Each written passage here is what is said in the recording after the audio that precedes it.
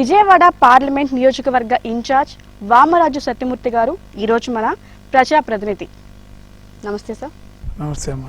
సత్యమూర్తి గారు చెప్పండి, మీ బాల్యం అలాగే మీ విద్యాభ్యాసం గురించి చెప్పండి. నేను పుట్టింది కృష్ణా జిల్లాలో కొయ్యూరు అని బొమ్మలూరు దగ్గర ఉన్నటువంటి హనుమాన్ ఒక గ్రామంలో పుట్టాను. నేను ఎలిమెంటరీ ఎడ్యుకేషన్ మా ఊర్లో జరిగింది. హై స్కూలు పల్లెర్లమూడిని మా పక్కన ఉన్నటువంటి గ్రామంలో చదువుకున్న తర్వాత నేను కాలేజీకి ఇంటర్మీడియట్ విజయవాడలో చదివాను. శాతవాహన కాలేజీలో ఫస్ట్ బ్యాచ్ మాది 71-73. ఆ తర్వాత నేను తణుకులో పాలిటెక్నిక్ కాలేజీలో డిప్లొమా చేశాను, డిప్లొమా ఇన్ మెకానికల్ ఇంజనీరింగ్. ఇది బేసికల్గా నా ఎడ్యుకేషన్. అసలు రాజకీయాల్లోకి ఎందుకు వచ్చారు, ఎలా వచ్చారు? నాకు చిన్నప్పటి నుంచి కూడా మా నాన్నగారు అప్పటి బీజేపీ పూర్వం భారతీయ జనసంఘంలో ఉండేవారు. దానికి సంబంధించినటువంటి విశేషాలన్నీ మా నాన్నగారి ద్వారా నేను చూసేవాడిని. సో ఆ రకంగా రాజకీయాల పట్ల ఆసక్తి. తర్వాత కాలేజీ రోజుల్లో విద్యార్థి పరిషత్తులో పనిచేయటం, తర్వాత భారతీయ జనతా పార్టీలో పనిచేయటం. నేను కాలేజీ స్టూడెంట్గా ఉన్నప్పుడే ఎమర్జెన్సీకి వ్యతిరేకంగా మేము పోరాటం చేసి నేను 8 నెలలు రాజమండ్రి సెంట్రల్ జైల్లో ఉన్నాను. నేను అప్పట్లో ఆ రకంగా రాజకీయాల్లో బాగా చురుగ్గా పాల్పడడం అనేది జరిగింది. అంటే రాష్ట్రంలో ఇన్ని పార్టీలు ఉంటే మీరు బీజేపీని ఎందుకు ఎంచుకున్నారు? ఏదైనా కారణం ఉందా? ఖచ్చితంగా. ఎందుకంటే ఇప్పుడు ఉన్న పార్టీలను కనుక మనం చూసినట్టయితే ఇవి కుటుంబ నేపథ్యం ఉన్న పార్టీలు, అలాగే వంశపారంపర్య రాజకీయాలు ఉన్న పార్టీలు తప్ప దేశం కోసం ఆలోచించేటువంటి పార్టీ ఒక బీజేపీ నాకు కనిపించింది. అందుకే బీజేపీలోనే పనిచేయడం. మరి అలాంటి బీజేపీకి ఆంధ్రప్రదేశ్లో ఎలాంటి భవిష్యత్తు ఉంటుంది అని? ఖచ్చితంగా మంచి భవిష్యత్తు ఉంటుంది బీజేపీకి. ఎందుకంటే ప్రజలు నిదానం గ్రహిస్తున్నారు ఈ పార్టీలు వాళ్ళ యొక్క స్వార్థ రాజకీయాలు, అలాగే వాళ్ళ యొక్క కులతత్వ రాజకీయాలు, ఇవన్నీ కూడా ప్రజలు గ్రహించి ఖచ్చితంగా జాతీయవాద పార్టీ అయినటువంటి బీజేపీకి పట్టం కట్టేటువంటి రోజు త్వరలోనే ఆంధ్రప్రదేశ్లో వస్తుంది. అంటే కనీస ఓటు బ్యాంకు కూడా లేని బీజేపీకి భవిష్యత్తు ఉంటుంది అని ఏ నమ్మకంతో చెప్తున్నారు మీరు? ఇప్పుడు ఓటు బ్యాంక్ అనేది అది ఏదో మన బ్యాంకులో వేసే డబ్బుల్లాగా ఉండదమ్మా. అది ఓటు బ్యాంకు అక్కడ ఉన్న పరిస్థితులను బట్టి అది మారుతూ ఉంటుంది. ఇప్పుడు బీజేపీ కనుక చరిత్ర మనం తీసుకున్నట్లయితే హర్యానాలో కానీ త్రిపురలో కానీ అక్కడ కూడా 1% కంటే తక్కువ ఉన్నటువంటి పరిస్థితుల నుంచి 3/2 మెజార్టీతో అధికారంలోకి వచ్చినటువంటి చరిత్ర త్రిపురలో మనం చూస్తాం, అలాగే హర్యానాలో కూడా. కాబట్టి మాకు ఓటు బ్యాంక్ విషయానికి వస్తే 1998 ఎలక్షన్స్లోనే మాకు దగ్గర 20% ఓటు బ్యాంక్ ఇదే ఆంధ్రప్రదేశ్లో మాకు వచ్చింది. మీరు కనుక గత చరిత్రను కనుక చూసినట్టయితే ఈ ఓటు బ్యాంక్. కాబట్టి ప్రజలు వాళ్ళు అప్పుడున్నటువంటి సమస్యలు, అప్పుడున్నటువంటి పరిస్థితులను బట్టి వాళ్ళు నిర్ణయించుకుని వాళ్ళు ఓటు వేయడం జరుగుతుంది. కాబట్టి ఇప్పుడు విసిగిపోయినటువంటి ప్రజలు ఏ రకంగా తీర్పు ఇచ్చారో తెలుగుదేశానికి మీద మనం చూసాం వ్యతిరేకంగా. వైఎస్ఆర్సీపీ అది వాళ్ళ యొక్క బలుపు అనుకుని వాళ్ళు ఫీల్ అయ్యారు తప్ప ఇది తెలుగుదేశం మీద ఉన్నటువంటి వ్యతిరేకత అనేటువంటిది అది అక్కడ మనకు ప్రతిబింబించింది. లేకపోతే 151 సీట్లతో అధికారంలోకి వస్తారని వైఎస్ఆర్సీపీ వాళ్ళు కూడా ఊహించలే, ఎవరు ఊహించలే. కాబట్టి ఆ రకమైనటువంటి వచ్చినప్పుడు ప్రజల్లోనే ఒక్కసారిగా మార్పు వస్తుంది. ఆ మార్పు ఖచ్చితంగా ఎన్నికల్లో తీర్పులో అది ప్రతిబింబిస్తుంది ఖచ్చితంగా. ఇదివరకు గత చరిత్రను మనం చూసినట్టయితే అది ఖచ్చితంగా మనకు కనిపిస్తుంది. అంటే రాష్ట్ర బీజేపీ నాయకులు ఏదైనా విషయం గురించి మాట్లాడాలి అంటే కేంద్ర పెద్దల అనుమతి ఉండాలి, తప్పనిసరి అని చెప్తున్నారు. సో దాని మీద మీ ఒపీనియన్? అంటే పార్టీలో ఒక క్రమశిక్షణ అనేది ఉంటుంది, అంతేగాని దానికి ఏదో అనుమతి అనో లేకపోతే ఏమైనా ఉండదు కంట్రోల్స్ అని. కాకపోతే పార్టీలో ఒక క్రమశిక్షణ అనేది ఉండడం అనేది చాలా అవసరం. ఎందుకంటే ఏదైనా విషయం మీద మాట్లాడేటప్పుడు అందరూ కూడా పార్టీ లైన్లోనే మాట్లాడటం అనేది చాలా ముఖ్యం. అంతేగాని నేను మాట్లాడడానికి ఇప్పుడు మీతో నేను ఇంటర్వ్యూకి వచ్చాను, దీన్ని నేను ఎవరి అనుమతి తీసుకుని రాలేదు, ఎవరి అనుమతి తీసుకోవాల్సిన అవసరం కూడా లేదు. కాకపోతే మనం పార్టీ లైన్లోనే మాట్లాడాలి, పార్టీ యొక్క విధి విధానాలకు వ్యతిరేకంగా మనం మాట్లాడకుండా జాగ్రత్త పడాలి. ఇప్పుడు ఒక గ్రామానికి సంబంధించిన సమస్యల మీద కానీ రాష్ట్రానికి సంబంధించిన సమస్యల మీద కానీ బీజేపీకి అంటే ఎలాంటి అవగాహన లేకపోవడం కూడా మైనస్ అంటారా మీరు? అది వాస్తవం కాదు. ఎందుకంటే ఇప్పుడే నేను మీ దగ్గరికి వచ్చే ముందే ఇక్కడ మన చంద్రలపాడు మండలంలో కాంట్రపాడు గ్రామానికి వెళ్ళి వస్తున్నాం. అక్కడ ఉన్నటువంటి పరిస్థితులు, అక్కడ ఉన్నటువంటి సమస్యలు, అలాగే బ్రహ్మపట్ల పాలనలో ఇప్పుడు నేను అక్కడ ఎంఆర్ఓ తోటి వాళ్ళతో మాట్లాడటం కూడా జరిగింది, విలేజ్ సెక్రటరీతో. గ్రామ సమస్యల పట్ల ఖచ్చితంగా భారతీయ జనతా పార్టీ స్పందిస్తుంది. గ్రామాల్లో ఉన్నటువంటి వాళ్ళ సమస్యల యొక్క పరిష్కారం కోసం భారతీయ జనతా పార్టీ కృషి చేస్తుంది. అంటే బీజేపీలో కూడా వర్గపోరు ఉంది అంటున్నారు. లేదండి, బీజేపీలో ఇప్పుడు కూడా వర్గపోరు అనేది బీజేపీలో ఉండదు. అంటే వర్గపోరు వల్లే రాష్ట్ర అధ్యక్షుడు మార్చారు అని చాలా మంది చెప్తూ ఉంటున్నారు. సో దాని మీద మీ ఒపీనియన్? ఈ రాష్ట్ర అధ్యక్షుడిని మార్చడం అనేది మొత్తం భారతదేశంలో ఉన్న అన్ని రాష్ట్రాలకు కూడా అధ్యక్షులు మారారు. మీ సమాచారం కోసం ఆంధ్రప్రదేశ్ ఆఖరణ జరిగింది. మీరు కనుక చూసినట్టయితే ఎప్పుడో జరగవలసిందే, సంవత్సరం క్రితమే.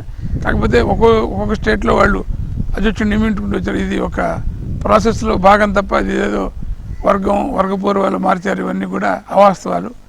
ఈ మీడియా చేసేటువంటి కొంత క్రియేషన్ వాళ్ళకి, ఎందుకంటే ఏదో రకంగా టీఆర్పీ రేటు పెంచుకోవడం కోసం మీడియా ఇటువంటి కథనాలను ప్రచారం చేస్తుంది తప్ప ఎక్కడ కూడా బీజేపీలో వర్గపోరు కాదు. కన్నా లక్ష్మీనారాయణ గారిని మార్చడం అనేది ఆయన యొక్క టర్మ్ ఏదైతే ఉందో కొత్తగా అందరినీ కూడా దేశం యావత్తు కూడా అధ్యక్షులు నియమించేటువంటి ప్రక్రియలోనే భాగంగా జరిగింది తప్ప ప్రత్యేకించి ఇదేదో వర్గపోరు వల్ల జరిగింది మాత్రం కాదు. అంటే కన్నా లక్ష్మీనారాయణ గారు కూడా ఒక ఇంటర్వ్యూలో చెప్పారు, అంటే స్థానికంగా ఉన్న నాయకులు నాకు ఎలాంటి సపోర్ట్ ఇవ్వలేదు, దానివల్లే నేను ఆశించిన ఫలితాలు రాబట్టలేకపోయాను అని. దానికి మీ సమాధానం? నాకు తెలిసి కన్నా గారు అటువంటి ఇంటర్వ్యూ నేనైతే ఎక్కడ చూడలేదు, నేను వెళ్ళలేదు. మీ దగ్గర ఉంటే నేను చూస్తాను, కానీ నాకు తెలిసి అది వాస్తవం కాదు. ఎందుకంటే కన్నా లక్ష్మీనారాయణ గారికి అందరూ కూడా ఆయన విస్తృతంగా తిరిగారు. కన్నా లక్ష్మీనారాయణ గారు వచ్చిన అధ్యక్షుడు అయిన తర్వాత రాష్ట్రం అంతా కూడా విస్తృతంగా పర్యటించడం జరిగింది. అన్ని స్థాయిల్లో కూడా ఆయనకి తగినటువంటి సహకారం అందరూ కూడా అందించారు. అంతేగాని ఎవరు సహకారం అందించలేదు మాట కరెక్ట్ కాదు. అది నేనైతే ఆయన అలా చెప్పారని నేను అనుకోను. నూతన అధ్యక్షుడిగా సోము వీర్రాజు గారు ఎలాంటి ప్రభావం చూపిస్తారని మీరు అనుకుంటున్నారు? అంటే సోము వీర్రాజు గారు గ్రాస్ రూట్స్ నుంచి వచ్చినటువంటి కింద స్థాయి నుంచి కూడా అనేక సంవత్సరాలుగా పార్టీతో మమేకమై పనిచేసి వచ్చినటువంటి వ్యక్తి. కార్యకర్తల్లో ఖచ్చితంగా విశ్వాసం నింపి పార్టీని బలపరచడంలో ఆయన కృతకృత్యులు అవుతారన్న నమ్మకం మాకు పూర్తిగా ఉన్నది. అందుకనే ఆ నమ్మకంతో కేంద్ర పార్టీ కూడా వారికి బాధ్యతలు అప్పచెప్పడం జరిగిందని మేము నమ్ముతున్నాం. అంటే ఉన్న 1-2 సీట్లను కూడా పోగొట్టుకున్న బీజేపీ ఎలా అధికారంలోకి వస్తామని గట్టిగా చెప్తుంది? ఇప్పుడు సీట్లు అనేది 1-2 సీట్లు అనేది మేము పెద్ద చూడం. మీకు తెలిసినట్టు, మీకు వెనక చూసినట్టయితే 1984లో కేవలం బీజేపీకి 2 సీట్లు మాత్రమే ఉన్నాయి. కానీ ఆ తర్వాత జరిగినటువంటి ఎన్నికల్లో 96, 98, 99 ఎన్నికల్లో గణనీయంగా సీట్లు మెరుగుపరుచుకుని 96లోనే కొద్ది కాలం 13 రోజుల పాటు వాజ్పేయి గారు ప్రధానమంత్రిగా చేపట్టారు. సింగిల్ లార్జెస్ట్ పార్టీగా భారతీయ జనతా పార్టీ ఆవిర్భవించింది. కాబట్టి సీట్ల సంఖ్య అనేది ఎప్పుడు కూడా అది కొలమానం కాదు. ఖచ్చితంగా సీట్ల సంఖ్య పెరుగుతుంది, మా ఓట్ల సంఖ్య కూడా పెరుగుతుంది. అంటే కామినేని శ్రీనివాసరావు లాంటి క్లీన్ ఇమేజ్ ఉన్న నాయకులు కూడా బీజేపీతో అంటిముట్టినట్లుగానే ఉంటున్నారు. సో దానికి ఏ కారణమై ఉండొచ్చు?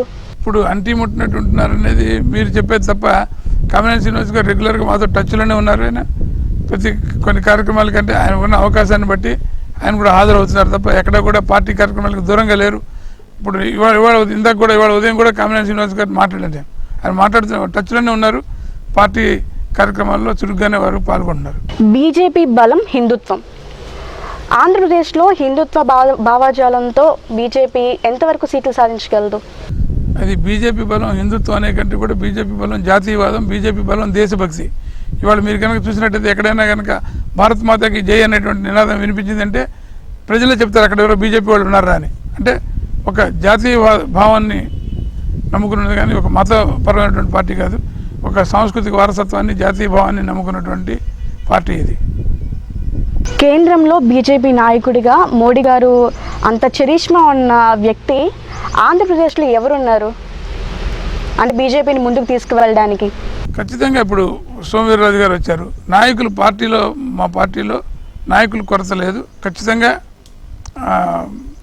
చరిష్మా అనేది అది ఆటోమేటిక్గా క్రియేట్ అవుతుంది. ఆ వాతావరణం కనుక నిర్మాణం చేసుకోగలిగితే ఖచ్చితంగా అధికారంలోకి వస్తుంది. అనేక రాష్ట్రాల్లో మనం చూసినట్టయితే ఎన్నికల్లో గెలిచిన తర్వాతే, అంటే ఇప్పుడు మీరు త్రిపురలో చూడండి ఎగ్జాంపుల్, అదే హర్యానా చూడండి, అక్కడ ఎన్నికలై గెలిచిన తర్వాతే ముఖ్యమంత్రిని ప్రకటించడం జరిగింది తప్ప ముందుగా ఎవరిదో ఒక నాయకుడి మీద పేరు చెప్పి వెళ్ళలేదు. సో కాబట్టి పార్టీ దాని ప్రకారం, సిద్ధాంతం ప్రకారం, పార్టీకి ఉన్నటువంటి దీని ప్రకారం ఉంటుంది తప్ప కేవలం ఏదో ఒక చరిష్మాతోటో లేకపోతే ఒక సినిమా గ్లామర్ తోటో లేకపోతే వేరే గ్లామర్ తోటో అధికారంలోకి వస్తామని మేము అనుకోం. ఖచ్చితంగా పార్టీకి ఉన్నటువంటి సిద్ధాంతం ఏదైతే అభివృద్ధి చేస్తామనేటువంటి నమ్మకాన్ని ప్రజల్లో కలిగిస్తే అధికారంలోకి వస్తామని చెప్పి నమ్మకంతో, విశ్వాసంతో మేము పనిచేస్తాం, ముందుకెళ్తాం. అంటే మోడీ, అమిత్ షా భయం దేశమంతటా చూపించగలిగింది, కానీ ఆ ప్రభావం ఆంధ్రప్రదేశ్ మీద కొంచెం కూడా పడలేదు అని ఒక అపవాదం ఉంది. దాన్ని మీరు సమర్థిస్తారా? అంటే అపవాది కంటే కూడా ఇది ఖచ్చితంగా ఎలక్ట్రల్గా మేము నష్టపోయాం. దానికి కారణం ఏంటంటే చంద్రబాబు నాయుడు గారు ఆయన మొత్తం రాష్ట్రం అంతా కూడా ధర్మ పోరాట దీక్షలు చేసి ప్రభుత్వ ఖర్చుతోటి ఆయన బీజేపీని ఒక బలిపశువుగా చేసినటువంటి పరిస్థితి. దానివల్ల మేము నష్టపోయాం తప్ప ఇది మోడీ గారు అమిత్ షా గారి వైఫల్యం మాత్రం కాదు. ఖచ్చితంగా ప్రభావం చూపింది. ఎందుకంటే 2014లో చంద్రబాబు నాయుడు గారు గెలవడానికి కారణమైంది ఆ మోడీ గారు ఉన్నటువంటి చరిష్మానే. అది మనం గుర్తుపెట్టుకోవాలి. కాకపోతే 2019కి వచ్చేటప్పటికి ప్రత్యేక హోదా అనేటువంటి ఒక దీంతో ప్రజలందరినీ కూడా ఒక మాయమాటలతో మభ్యపెట్టి బీజేపీని ఒక బలిపశువుని చేశారు ఆయన చేతకాంతనానికి. కాబట్టి ఇప్పుడు కూడా వైఎస్ఆర్సీపీ పార్టీ కూడా మళ్ళీ అదే నినాదంతో ముందుకెళ్ళడానికి ప్రయత్నం చేస్తుంది. కానీ వాళ్ళు గతం నుంచి పాఠాలు నేర్చుకోవట్లేదు. ఎందుకంటే దేశంలో ఏ రాష్ట్రానికి కూడా ప్రత్యేక హోదా లేదు. లేనటువంటి ప్రత్యేక హోదాని అడగడం అసలు ఔచిత్యం ఏంటి అర్థం కాదు. ప్రజల్ని కేవలం మోసపుచ్చడం కోసమే ఇటువంటి నినాదాలతోటి వాళ్ళు వైఫల్యం చెందినప్పుడు, వాళ్ళ పరిపాలనలో వైఫల్యాలు ఉన్నప్పుడు దాన్ని కప్పిపుచ్చడం కోసం ఇలా ఒక నినాదంతో ముందుకు వచ్చి వాళ్ళు గట్టెక్కుదామని చెప్పి ప్రయత్నం చేస్తుంటారు. దాంట్లో చంద్రబాబు నాయుడు గారికి గట్టి ఎదురు దెబ్బ తగిలింది. అది చూసి కూడా వైఎస్ఆర్సీపీ పార్టీని నేర్చుకోకుండా మళ్ళీ ఇవాళ మనం చూసినట్టయితే మన స్వాతంత్ర దినోత్సవం దాంట్లో మళ్ళీ ప్రత్యేక హోదా అని చెప్పి నెమ్మదిగా, ఎందుకంటే సమస్యల నుంచి ప్రజల యొక్క దృష్టిని పక్కకి మళ్లించడం కోసం చేసేటువంటి ప్రయత్నమే ఈ ప్రత్యేక హోదా కోసం మాట్లాడటం అనేటువంటిది. అదే నా నెక్స్ట్ క్వశ్చన్ కూడా అదే. వైసీపీ వాళ్ళు ఏ కార్యక్రమం జరిగినా చెప్తూనే ఉన్నారు కదా, అంటే ఫస్ట్ నుంచి వాళ్ళ నినాదం కూడా ప్రత్యేక హోదా అనే. ఒకవేళ మీరు ఆ నినాదంలో ఏమైనా పాలు పంచుకుంటారా? అంటే నెక్స్ట్ టైం ఎలక్షన్స్ అప్పుడు మేము కూడా ప్రత్యేక హోదా తెప్పిస్తామని మీరేమన్నా హామీలు ఇచ్చే అవకాశం ఉందా? అసలు ఇందాక చెప్పాను మీకు, దేశంలో ఏ రాష్ట్రానికి ప్రత్యేక హోదా లేదు. అంతకుమున్నటువంటి రాష్ట్రాలకు కూడా ప్రత్యేక హోదా తీసేయడం జరిగింది. అటువంటిప్పుడు మనం ఎలా ఉంటుందని, లేనిదాన్ని ఎలా ఉంటుందని ఆశిస్తాం, మనం ఎలా ఉంటుందని వాగ్దానం చేస్తాం. కాబట్టి మొదటి నుంచి కూడా బీజేపీ స్పష్టంగా ఉంది ప్రత్యేక హోదా అనే దాని విషయంలో. పార్లమెంట్లో కూడా ప్రకటన చేయడం జరిగింది. మేము కూడా ప్రజలకు చెప్తున్నాం. ఎందుకంటే ప్రజలకు మేము అవాస్తవాలు చెప్పి మాయ మాటలు చెప్పి అధికారులు రావాలి మేము అనుకోం. ఉన్న విషయాల్ని క్లియర్గా చెప్తాం. మేము మనకు ఆంధ్రప్రదేశ్ అభివృద్ధి ముఖ్యం, అంతే తప్ప ఏదో ప్రత్యేక హోదాలో ఉన్నటువంటి అంతకుముందు చంద్రబాబు నాయుడు గారే చెప్పారు దానిలో ఉన్నటువంటి లాభాలు పరిమితం అని చెప్పేసి. మళ్ళీ ఇవాళ ఆయన యూటర్న్ తీసుకుని వేరే రకంగా మాట్లాడుతున్నారు. కాబట్టి ఇవన్నీ కూడా రాజకీయ లబ్ధి కోసం చేసేటువంటి ప్రయత్నాలు తప్ప ప్రత్యేక హోదా గురించి అవగాహనతో చేసేటువంటివి కాదు. ప్రత్యేక హోదా వేరు, పరిశ్రమలకు వచ్చేటువంటి పన్ను రాయితీలు వేరు. వీటన్నిటికి కూడా డిఫరెన్స్ తెలియకుండా ఇవాళ ఉన్నటువంటి వైఎస్ఆర్సీపీ నాయకులు మాట్లాడుతున్నారు. అది కరెక్ట్ కాదు. అది వాళ్ళకి బూమరాంగ్ అవుతుంది. ఖచ్చితంగా వాళ్ళు దాని మీద విషయంలో దెబ్బతింటారు. భారతదేశ ప్రధానుల్లో మోడీకి ప్రత్యేక స్థానం ఉంది. ఇంకా తర్వాత వచ్చే నాయకులకి ఆ స్థానం ఉండొచ్చు, ఉండకపోవచ్చు. కానీ అలాంటి నాయకత్వంలో పనిచేస్తున్న మీకేమనిపిస్తుంది? ఖచ్చితంగా చాలా గర్వంగా ఫీల్ అవుతాం మేము. ఎందుకంటే మోడీ గారు లాంటి నాయకత్వం జరగడం నిజంగా అది ఒక 90 సంవత్సరాల తపస్సు ఫలితం అని మేము భావిస్తాం. ఎందుకంటే ఆర్ఎస్ఎస్ కానీ 1925లో పుట్టింది.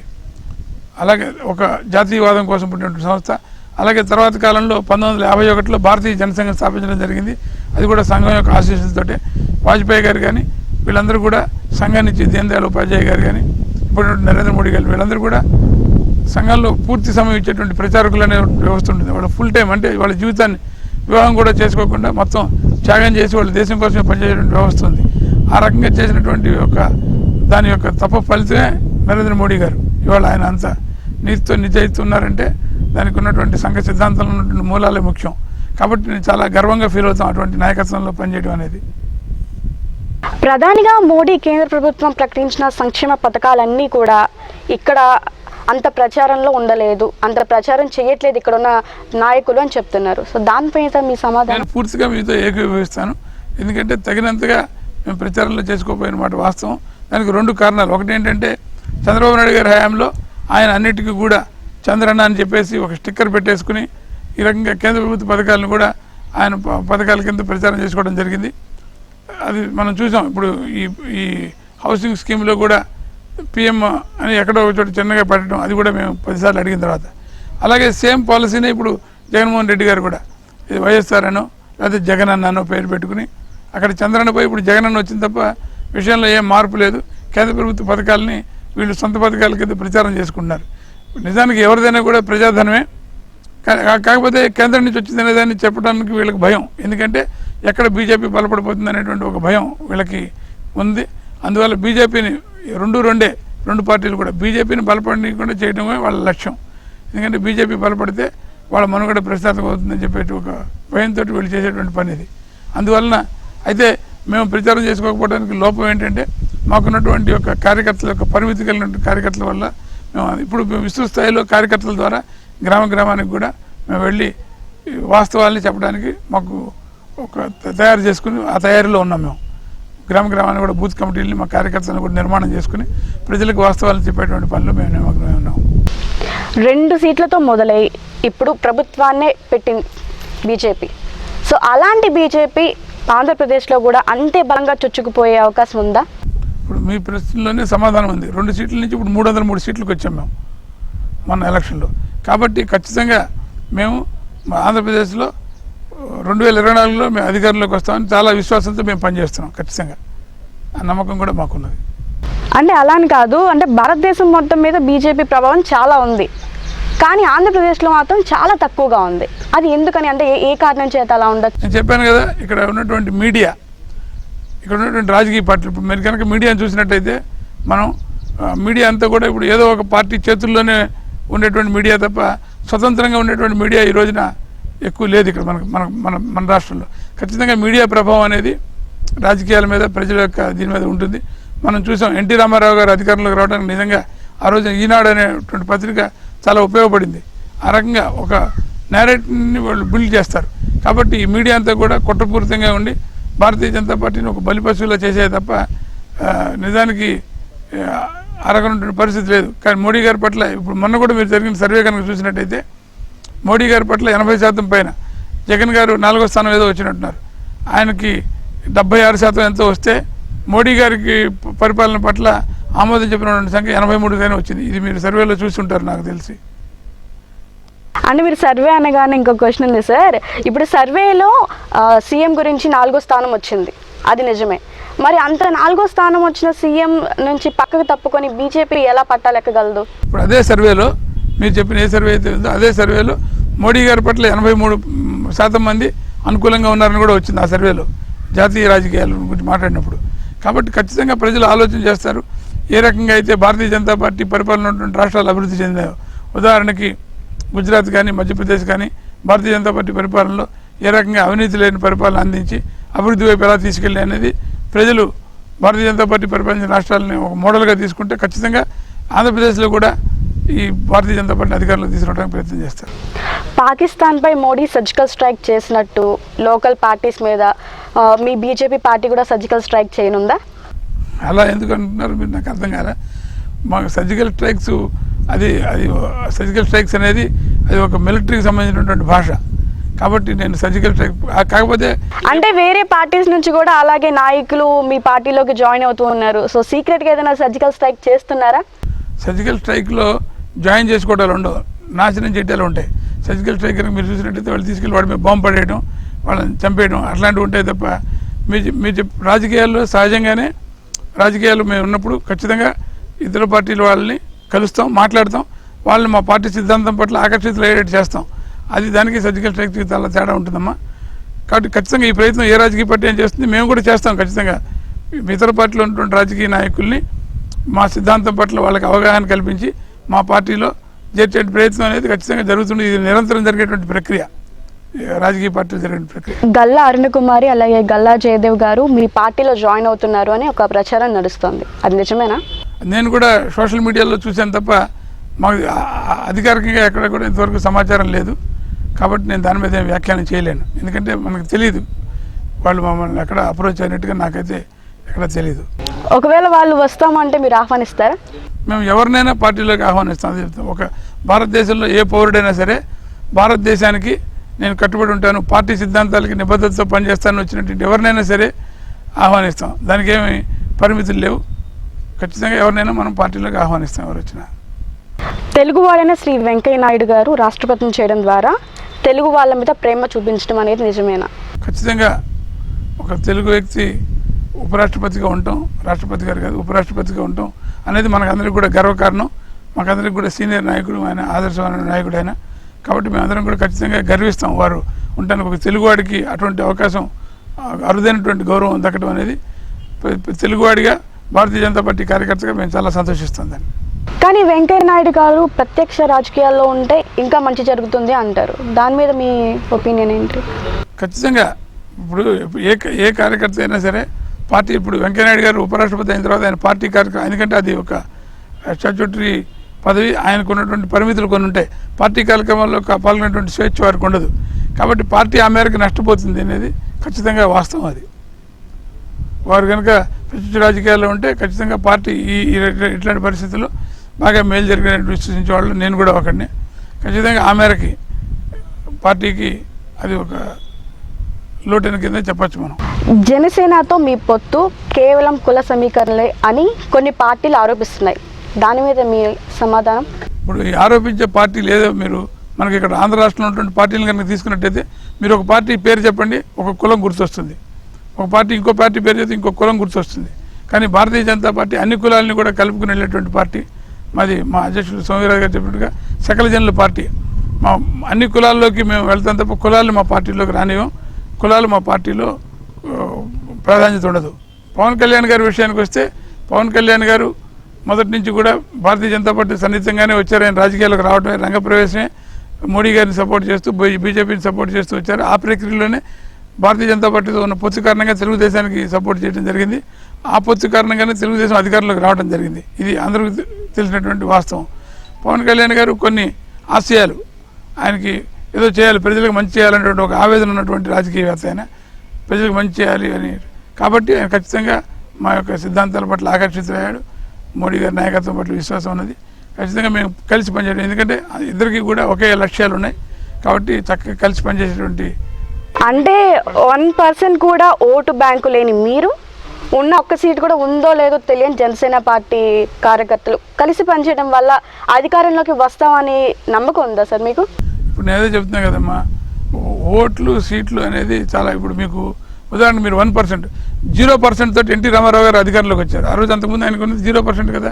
కానీ ఆయన అధికారంలోకి వచ్చి లేదా ఒక ప్రత్యామ్నాయ శక్తిగా కనుక ఎదిగి ప్రజల యొక్క విశ్వాసం కనుక చూరుకొని, ఇగో మనం తెలుగుదేశం పార్టీని చూసాం, వైఎస్ఆర్ పార్టీని చూసాం, ఈసారి అవకాశం భారతీయ జనతా పార్టీకి ఇద్దామని కనుక ప్రజలు కనుక నిర్ణయిస్తే ఖచ్చితంగా ప్రజలు ఏ నిర్ణయం తీసుకుంటే అదే అందరికీ శిరోధార్యం అవుతుంది. ఖచ్చితంగా అక్కడ అప్పుడు ఓట్ల శాతం అనేది కానీ సీట్ల సంఖ్య కానీ అసలు లెక్కలోకే రావు అవి.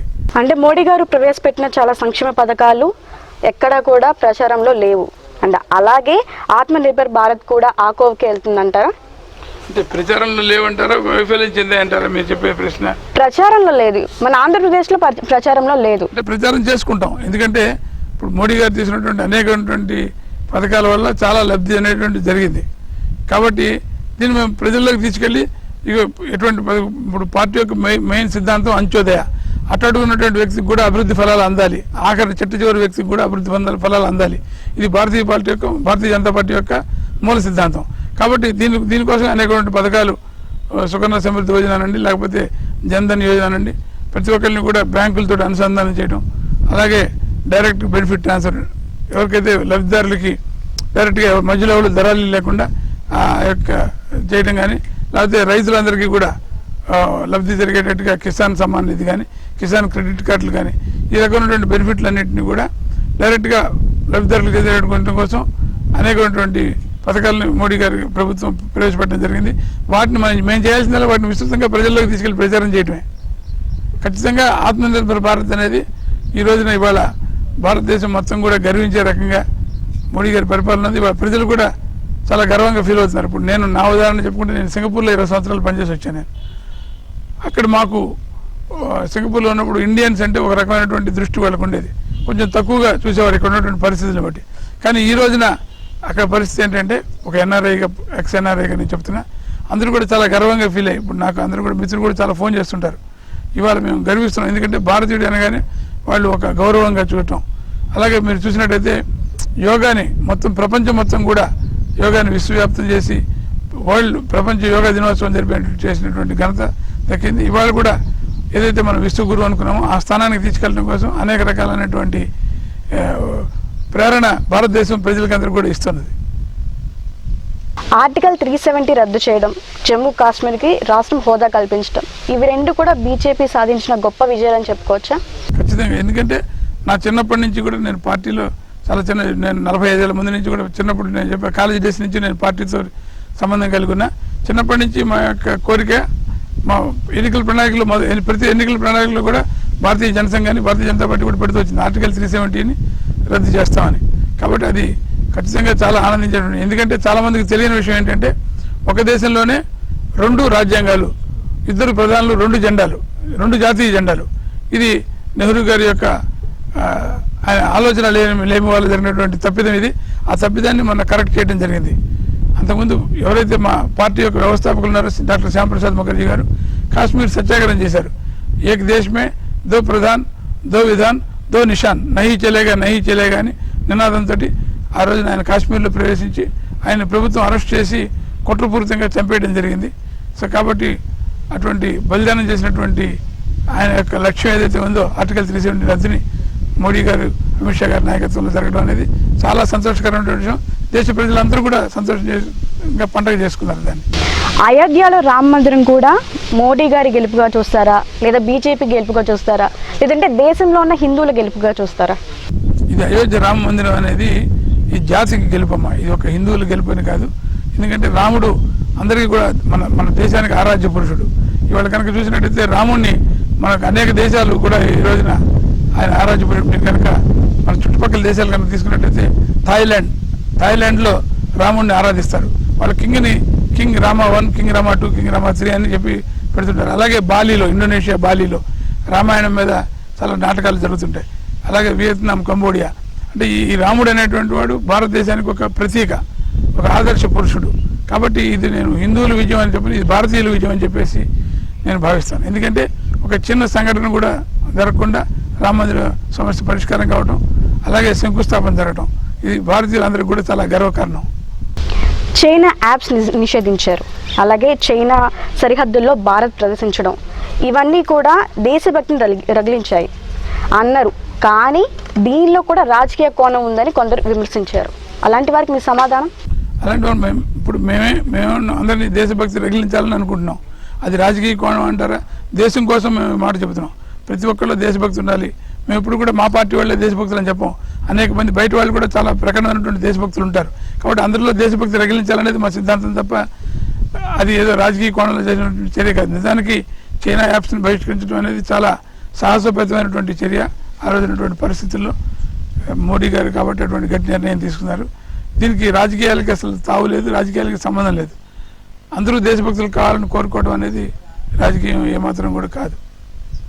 భవిష్యత్తు మీద ఆశతోనే బీజేపీతో ఉన్నారా, లేదా వేరే పార్టీల నుంచి పిలుపు కోసం ఎదురు చూస్తూ ఉన్నారా?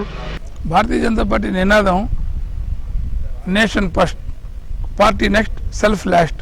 అంటే ముందు దేశం, తర్వాత పార్టీ, తర్వాత వ్యక్తిగతమైంది. కాబట్టి నా భవిష్యత్తు కంటే కూడా మేము పార్టీ భవిష్యత్తు, దేశ భవిష్యత్తుకే ఉన్నత స్థానం ఇచ్చేట్టు చూస్తాం తప్ప వ్యక్తిగతమైన భవిష్యత్తు కోసం అని చెప్పి పార్టీలో ఉండడం అనేటువంటిది భారతీయ జనతా పార్టీలో ఎప్పుడు కూడా ఉండదు.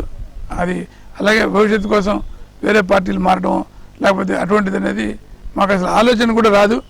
అది ఎవరి తరం కూడా కాదు. మమ్మల్ని పార్టీని మార్చేటువంటి శక్తి నాకు తెలిసి మన దేశంలో ఉన్న ఏ పార్టీ కూడా ఆ శక్తి లేదని నేను విశ్వసిస్తాను గట్టిగా. నన్ను పార్టీ మార్చేటువంటి శక్తి ఉన్నటువంటి పార్టీ ఏది కూడా దేశంలో లేదు అని గట్టి నమ్మకం నాకు ఉన్నది. టీడీపీతో పొత్తు బీజేపీ చారిత్రక తప్పిదం అని భావిస్తుందా? అంటే ఖచ్చితంగా టీడీపీతో పొత్తు వల్ల మేము నష్టపోయాం. తప్పిదం అని చెప్పి నేను చెప్పడానికంటే కూడా ఆ రోజు ఉన్నటువంటి జాతీయ అవసరాల దృష్ట్యా ఇప్పుడు పార్టీ పొత్తు పెట్టుకుంది. అది నేను తప్పిదం అని ఎలా చెప్తాను నేను? ఎందుకంటే జాతీయ పార్టీ నిర్ణయిస్తుంది పొత్తులు. జాతీయ పార్టీ చేసినటువంటి దాన్ని తప్పిదం అని చెప్పడానికి లేదు. ఎందుకంటే వాళ్ళు అనేక రకాలుగా ఆలోచించి ఆ రోజు ఉన్నటువంటి పరిస్థితుల్లో దేశ భవిష్యత్తు కోసం పెట్టుకోవాల్సి వచ్చినప్పుడు మేము కొంత నష్టపోయిన మాట మాత్రం వాస్తవం. ఎందుకంటే 1990లో మీకు ఇందాక చెప్పాను, 1998 జనరల్ ఎన్నికల్లో భారతీయ జనతా పార్టీకి 19.5% ఓట్ షేర్ వచ్చింది. 99లో చంద్రబాబు నాయుడు గారితో పొత్తు పెట్టుకుని మేము మళ్ళీ మేము 2-3% పడిపోవడం జరిగింది. కాబట్టి ఇప్పుడు మొన్న కూడా 2014లో ఒక బ్రహ్మాండమైనటువంటి ఒక ఓటు బ్యాంక్ ఉన్నటువంటి పార్టీగా మేము ఉన్నాం. తెలుగుదేశంతో పొత్తు పెట్టుకోవడం వల్ల మేము నష్టపోయాం. ఇది వాస్తవం. ఎందుకంటే చంద్రబాబు నాయుడు గారు ఏ పార్టీని కూడా ఆయన ఎదగనివాడు. ఆయన యొక్క తత్వం అటువంటిది. ఒక ఓటోరిక్ష కింద లాగా ఎలా అయితే పెద్ద మర్రి చెట్టు కింద ఎవరిని ఏవి ఎదగవో ఆ రకంగా ఆయన ఏ పార్టీని కూడా ఆయన ఎదగనివాడు. ఎందుకంటే మనం చూసినట్టయితే ఇవాళ ఒక భారతీయ జనతా పార్టీనే కాదు, కమ్యూనిస్టులు కూడా ఆయన నాశనం చేశాడు. మీరు చూడండి, కమ్యూనిస్టులతో పొత్తు పెట్టుకుంటే కమ్యూనిస్టులు కూడా నాశనం చేశాడు. ఈ విధంగా ఎవరితో పొత్తు పెట్టుకుంటే వాళ్ళు అదొక భస్మాసుర హస్తం. చంద్రబాబు నాయుడు గారు. అంటే చంద్రబాబు నాయుడు గారిని బీజేపీ మోసం చేసింది అని ఆయన అంటూ ఉంటారు, మీరేమో ఆయన మిమ్మల్ని మోసం చేశారు అని అంటారు. అంటే ఇద్దరు కలిసి ప్రజల్ని మోసం చేస్తున్నారు అనుకోవచ్చా? అదే ఇప్పుడు ఇప్పుడు ప్రజలు అదే ఆలోచించాలి ఇప్పుడు. ఎందుకంటే చంద్రబాబు నాయుడు గారు ఇవాళ బీజేపీ కోసం పొత్తు కోసం వెంపర్లాడుతున్నాడు ఆయన. అది కూడా మీరే చెప్తారు. చంద్రబాబు నాయుడు గారు బీజేపీతో మోడీ గారిని పొగుడుతాడు, ఇచ్చేస్తాడని. కాబట్టి ఎవరు తప్పిదాం అనుకున్నారు ఏదైనా కంటే ఇది కొన్ని రాజకీయమైనటువంటి అవసరాల కోసం పొత్తులు పెట్టుకోవడం జరుగుతుంది. అక్కడ దానివల్ల నష్టపోయినప్పుడు ఆ నష్టాన్ని మనం ఫలితాన్ని అనుభవించాల్సినటువంటి తప్ప ఎవరిని బ్లేమ్ చేసుకోవడం అనేది కరెక్ట్ కాదని నేను అనుకుంటున్నాను. మేము కూడా తెలుగుదేశాన్ని బ్లేమ్ చేయడం అనేది కరెక్ట్ కాదు. ఎందుకంటే ఆ రోజు ఉన్నటువంటి దాంట్లో అవసరం కొద్దీ పొత్తు పెట్టుకున్నాం, అది విడిపోయాం. నష్టపోయామంటే ముందు పాత తప్పిదాలు మళ్ళీ చేయకుండా ఉండడమే తప్ప దాని గురించి ఇంకా విచారం లేదు, అయిపోయింది. అది ఎవరు నష్టపోయారో తప్ప అని చెప్పి విమర్శ కంటే కూడా ముందు భవిష్యత్తులో అటువంటి తప్పిదాలు మనం చేయకుండా ఉండడానికి కోసం మేము ప్రయత్నం చేస్తాం. అంటే అమరావతి శంకుస్థాపన చేసిన మోడీ గారు అమరావతి ప్రజలు ఎన్ని లెటర్స్ రాసినా, అంత పోరాటం చేసినా కనీసం స్పందించలేదు. దానికి కారణం అంటే ఇప్పుడు అమరావతి అనేది రాష్ట్ర రాజధాని యొక్క అంశం. అది ఆ నిర్ణయం కూడా ఎవరు తీసుకున్నారు? రాష్ట్రం తీసుకున్నట్టు నిర్ణయం. అప్పుడు అమరావతిని కేంద్ర నిర్ణయం కాదు. ఎందుకంటే ఆ రోజు అమరావతి 30,000 ఎకరాల్లో పెడతారా, 50,000 ఎకరాల్లో పెడతారా, 3,000 ఎకరాల్లో పెడతారా, అది కేంద్ర ప్రభుత్వం నిర్ణయం కాదు. కేవలం ఒక క్యాపిటల్ కోసం ఒక కమిటీ వేసి వాటి వరకు వాళ్ళు చేశారు తప్ప ఆ నిర్ణయం రాష్ట్ర ప్రభుత్వం తీసుకుంది. మీకు 10 సంవత్సరాలు హైదరాబాద్లో ఉండి పరిపాలన చేయమంటే నువ్వు ఎందుకని వచ్చేసి ఇక్కడికి వచ్చి పరిపాలించామని చెప్పి కేంద్ర ప్రభుత్వం అడిగిందా చంద్రబాబు నాయుడు గారిని? అడగలేదే.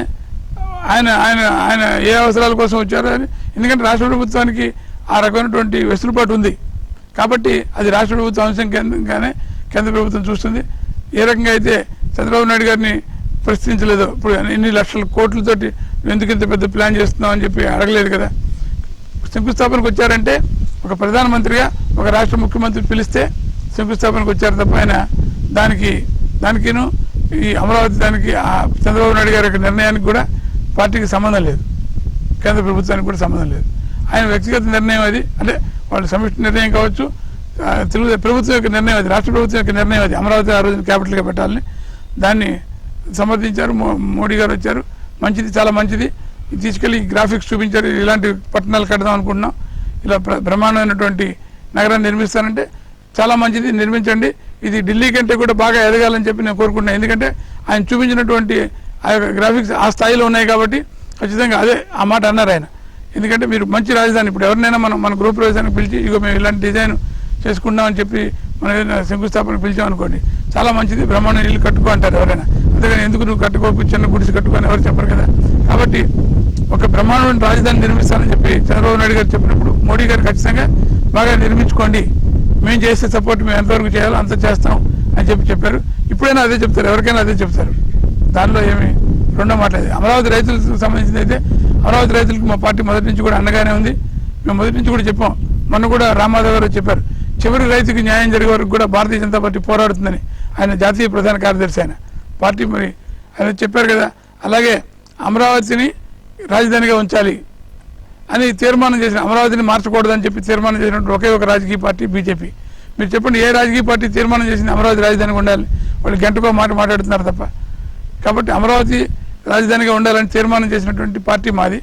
అలాగే ఆఖరి రైతు వరకు కూడా న్యాయం జరగాలని చెప్పేసి పోరాటానికి సిద్ధమైనటువంటి పార్టీ మాది. ఆ విషయంలో మేము ఖచ్చితంగా ఏకాభిప్రాయంతో ఉన్నాం అందరం కూడా.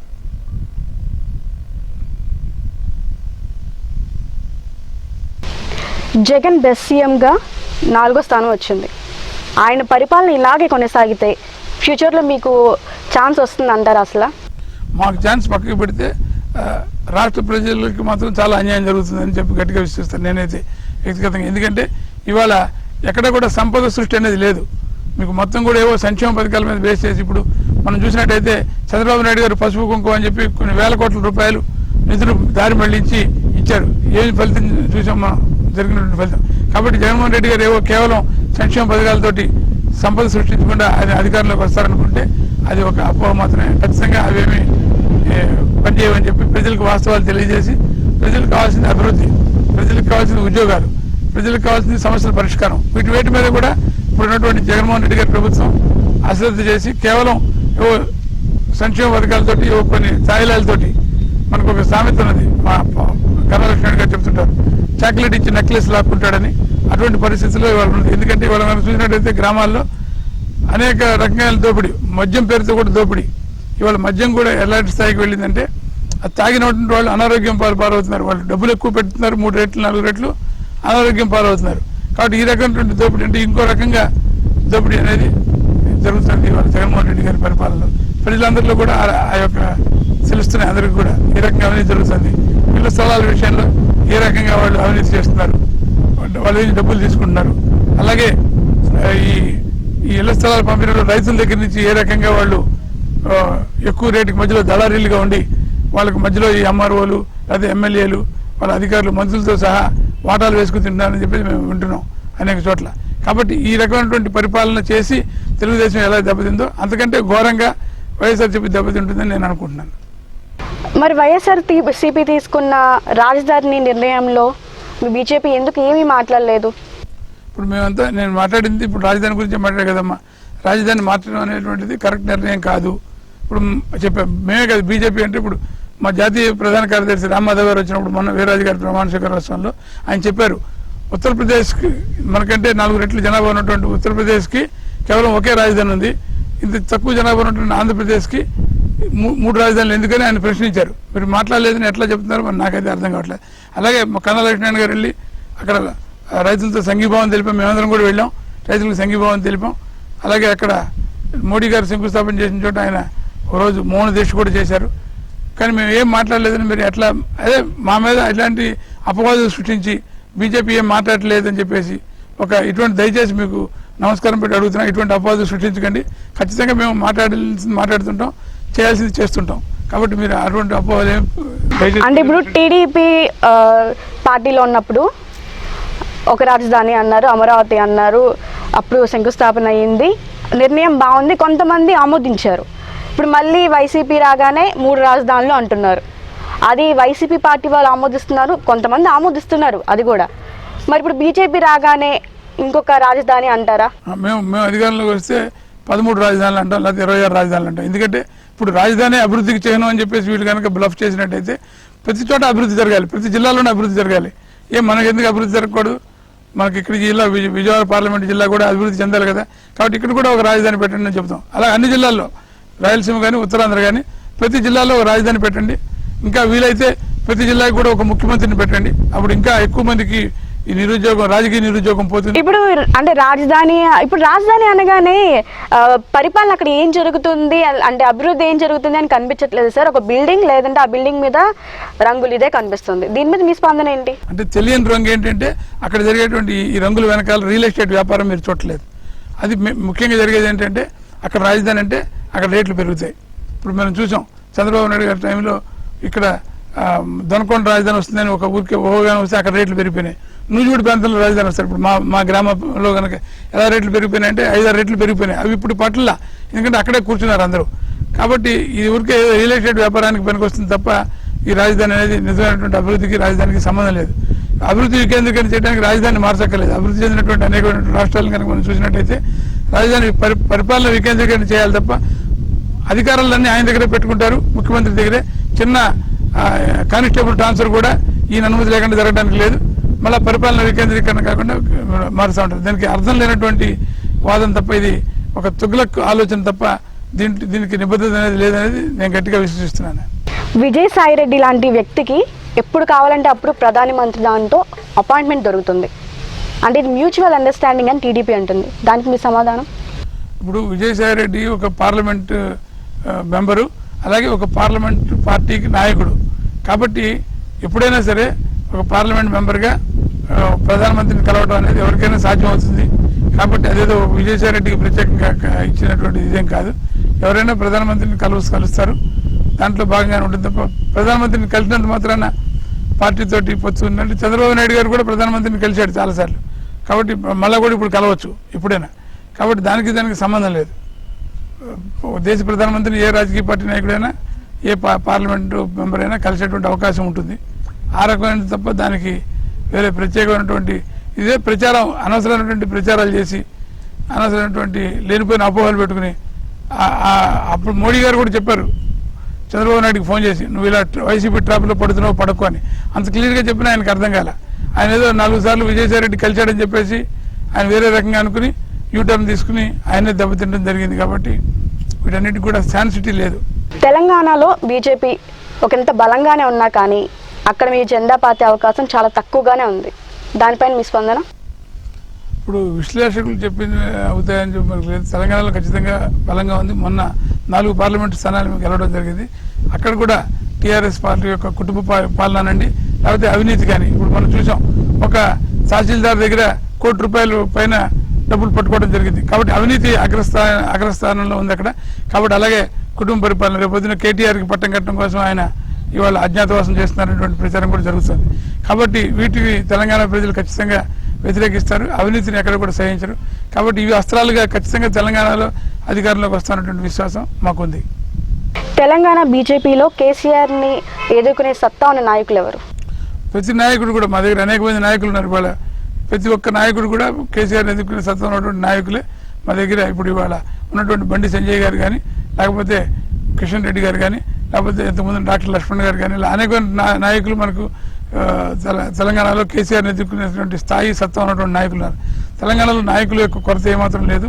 ఖచ్చితంగా ఎదుర్కొనే నాయకులు చాలామంది.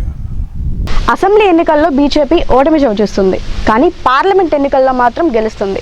అంటే లోకల్ నాయకుల మీద నమ్మకం లేకనా? అసెంబ్లీ ఎన్నికలు పార్లమెంట్ ఎన్నికలు విడిగా జరిగినప్పుడు అసెంబ్లీ ఎన్నికల్లో స్థానిక సమస్యల యొక్క ప్రాధాన్యత ఎక్కువ ఉంటుంది. కాబట్టి స్థానిక పరిస్థితుల మీద స్థానిక సమస్యల మీద ప్రజలు స్పందిస్తారు. అలాగే పార్లమెంట్కి వెళ్ళినప్పుడు భిన్నంగా ఆలోచిస్తారు ఖచ్చితంగా. కాబట్టి దాని అర్థం స్థానిక నాయకులు విశ్వాసం లేకపోవడం కాదు. ఎందుకంటే జాతీయ రాజకీయాల్లో భారతీయ జనతా పార్టీ ఉండాలి అనేటువంటి వాళ్ళు ఉంటారు. అలాగే అదే సమయంలో స్థానిక ఇంకో పార్టీ ఉండాలని కోరుకునే వాళ్ళు కూడా ఉంటారు. కాబట్టి దానికి మనం రెండింటిని మనం లింక్ పెట్టలేము.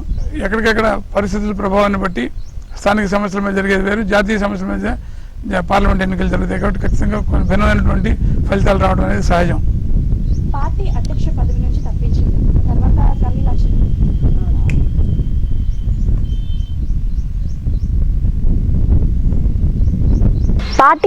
పదవి నుంచి తప్పించింది తర్వాత కన్నా లక్ష్మీనారాయణ పార్టీ కార్యక్రమాల్లో పాల్గొనడం లేదు. కన్నా లక్ష్మీనారాయణ గారిని పార్టీ అధ్యక్ష పదవి నుంచి తప్పించలేదు. అది మార్పు అనేది నిరంతరం జరిగేటువంటి 3 సంవత్సరాలకు ఒకసారి అధ్యక్షుడిని మార్చడం అనేది జరిగేటువంటి ప్రక్రియ అది. కాబట్టి తప్పించడం అనేది అని నేను ఒప్పుకోను. అలాగే ఆయన పార్టీ కార్యక్రమాల్లో చురుగ్గా పాల్గొనలేదు అనడం కూడా కరెక్ట్ కాదు. ఎందుకంటే మొన్ననే విజయవాడలో జరిగినటువంటి ఈ సోమవీర్రాజు గారి యొక్క పదవి స్వీకరణోత్సవంలో కానీ లేకపోతే మాకు జరిగేటువంటి వర్చువల్ మీటింగ్స్లో కన్నా లక్ష్మణ్ గారు రెగ్యులర్గా ఆయన అటెండ్ అవుతున్నారు. అక్కడ ఇవాళ ఎందుకంటే మన కరోనా పరిస్థితి దృష్ట్యా మేము ఎక్కువ వెబినార్ మీటింగ్స్ చేసుకుంటున్నాం. కాబట్టి వాటిలో ఆయన అందుబాటులో వస్తున్నారు, వారి సలహాలు చెబుతున్నారు. కాబట్టి ఆయన చురుగ్గా పాల్గొనలేదని అనేది కేవలం అపవాదం మాత్రమే, కరెక్ట్ కాదు. బీజేపీ తరఫు నుండి మీరు విజయవాడ నుంచి పార్లమెంట్కు పోటీ చేస్తారా? ఇప్పుడు నేను మొన్న విజయవాడ సెంట్రల్ నుంచి అసెంబ్లీకి పోటీ చేశానమ్మా. అది నేను అనుకోలేదు చివరి నిమిషం వరకు. కాబట్టి పార్టీ నిర్ణయం, పార్టీ ఎక్కడ పోటీ చేయమంటే ఏం చేయమంటే అది చేయడమే మాకు మొదటి నుంచి అలవాటు. కాబట్టి పార్టీ ఎలా నిర్ణయిస్తే ఆ రకంగా నేను చేయడం జరుగుతుంది. మీ వాల్యుబుల్ టైం మాకు ఇచ్చినందుకు thank you so much sir. ధన్యవాదాలు.